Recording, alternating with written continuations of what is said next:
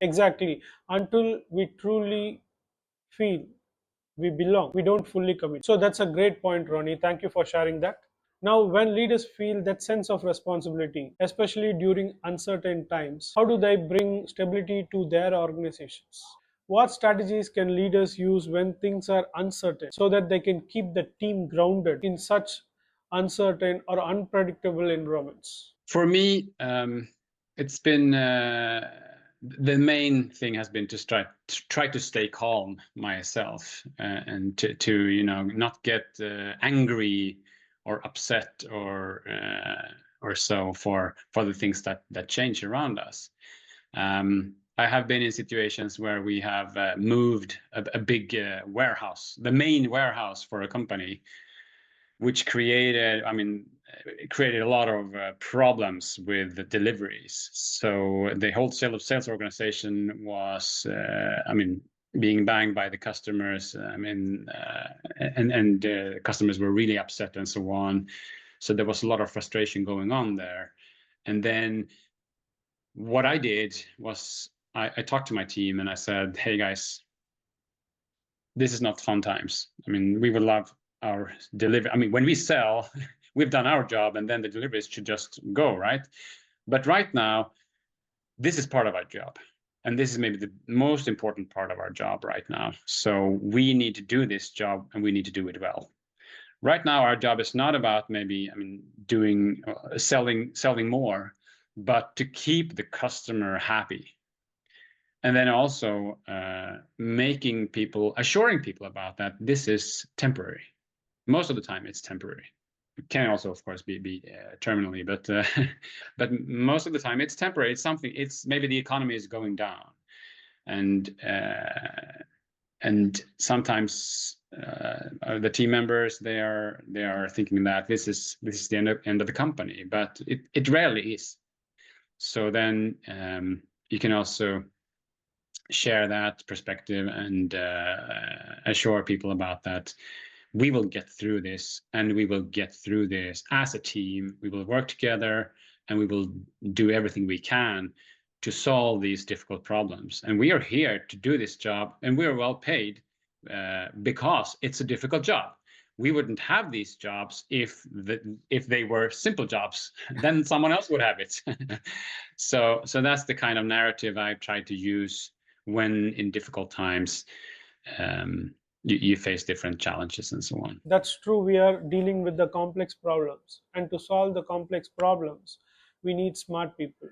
Smart people know how to manage themselves. So, speaking of the leadership styles, what's your take on the micromanaging leaders? How can leaders empower their teams to take ownership without stepping into the trap of micromanagement? What I think about people who micromanage, I think it's a shame because it's very bad use of resources and bad use of time. It takes time, and you also waste a lot of the knowledge and skills and so on that you have in your team and in the organization. So I think micromanagement is typically not good. Yeah, I think I don't encourage it. What is the best way for leaders to let go of control while still being supportive? Many leaders feel insecure when they lose control, while some leaders are comfortable to give up their control and give their support when there is a need for the team. We can see those teams ultimately getting into more success. How can leaders find that balance of letting go of control and yet remaining the strong source of support? Yeah, I think key to that is try it. Try it. If you haven't, if you're afraid of losing control, try to give away a little control and not maybe all of the control at the same time, because then it will be too scary for you. But if you let someone do a job more on their own. I have one example. I had two team members. The first was a pretty junior person who was responsible for a new contract with an entirely new, well, actually the biggest customer in the market. And I tried to. Oh, I was looking at. I can. Of course. This is crucial. It would be perfectly fine for him, maybe, or and for others as well, and maybe expected by me to step in and just take over this negotiation. But I didn't do that. I let him drive this, and I coached him and supported him in this work. And for me, that was at a stage when I was experimenting with this. So it was kind of a journey for myself as well. It turned out really well. We spent hours and hours in my working room in my office and talking about the different options and talking about the responses from the customer and what's the next move from our side and so on. But I let him actually, well, stay at the helm of the ship there and drive this negotiation. So the way I supported him was to, well, by those conversations, of course, but also I told him that let me know when you want me to step in, if that's the case, or if you let me know when you think it's time for me to join this negotiation. And he responded very well to that, and we landed the contract. So this was a big success, and it was a contract that the company had tried to land for many years. Then I had this other guy, and I was trying to do the same kind of thing with him. Well, he was not prepared for it. So when I coached him and was asking coaching questions, like, open-ended questions, then he was not getting it. He was looking at me like, what is he after? It was like he thought it was like a game or a riddle or something, that there was one answer that I was looking for. That was obviously not the case. I was looking for his answer. And I was looking for, hopefully I was looking for a different answer than I could come up with. And in the best scenario, that answer could have been better than my answer. But he was not ready for it, so I had to adopt a more directive leadership with him for some time. So it can be very different from person to person. You need to adapt there. Can you help us to understand how leaders can gain a broader perspective or deeper knowledge and then transform that into a bigger picture? How do they effectively communicate this to the team so that everyone is aligned on the same page? Being a leader and or a manager, I think, comes naturally with that you have a lot of information that your team doesn't have. So this is where dual leadership comes in. This is a term that many people listening, I think, have heard, but very briefly, dual leadership is that you represent the company to the employees or to the team.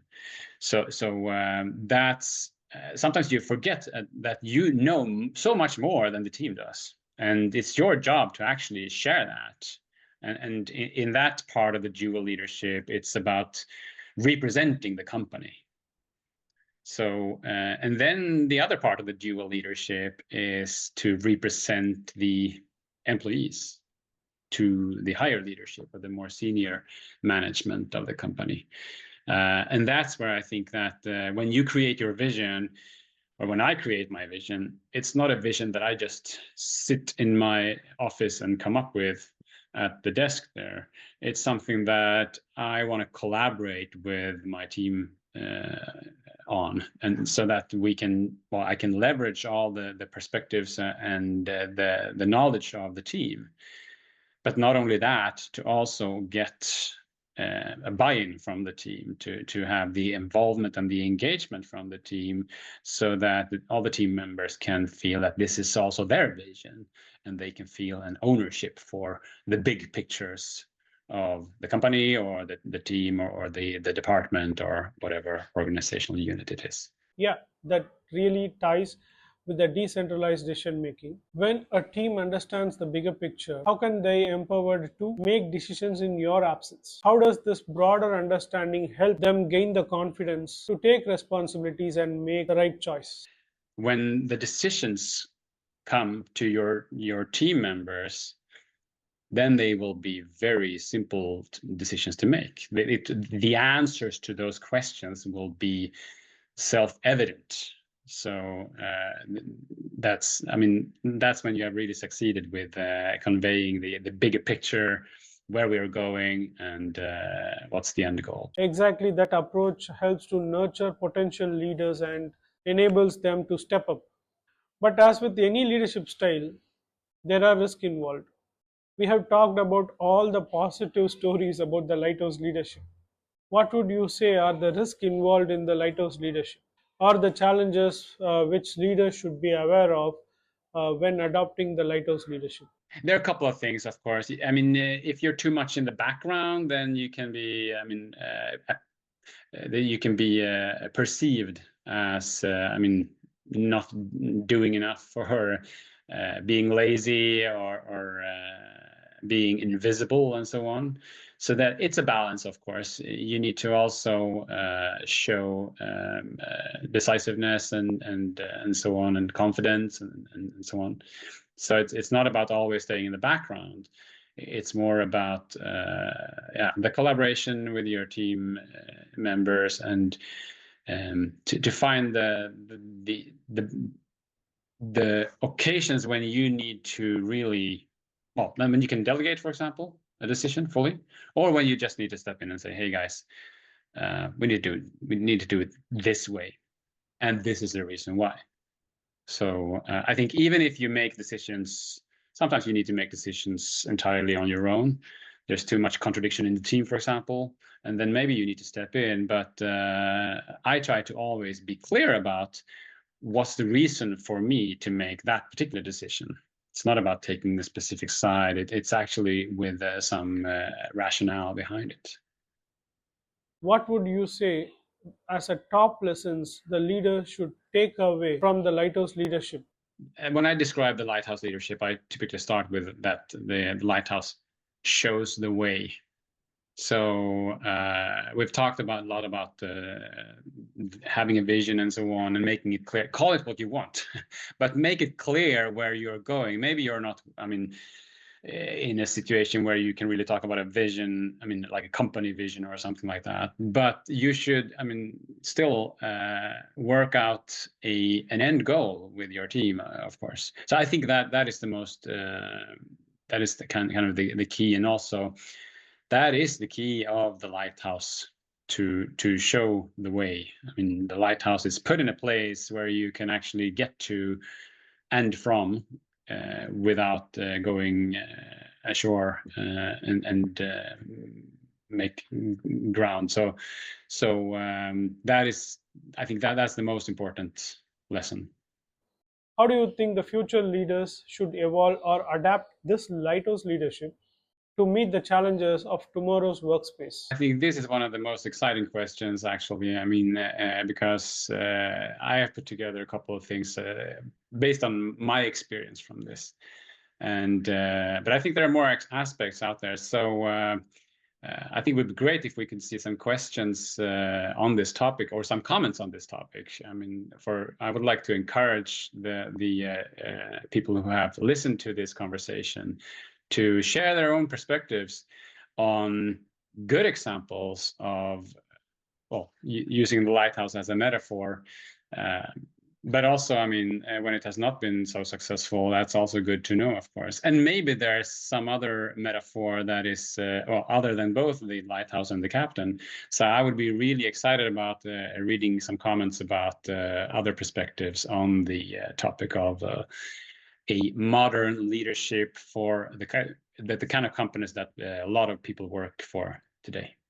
Perfect. That was a fantastic summary. And I am just as curious as you to hear the audience thoughts and comments. Thank you so much for joining the conversation today, Ronnie. It was truly a pleasure. I'm looking forward to more sessions where we can dive deeper into leadership and continue sharing your valuable experience with the world, with our audience. Thanks again, and I hope to have you back soon.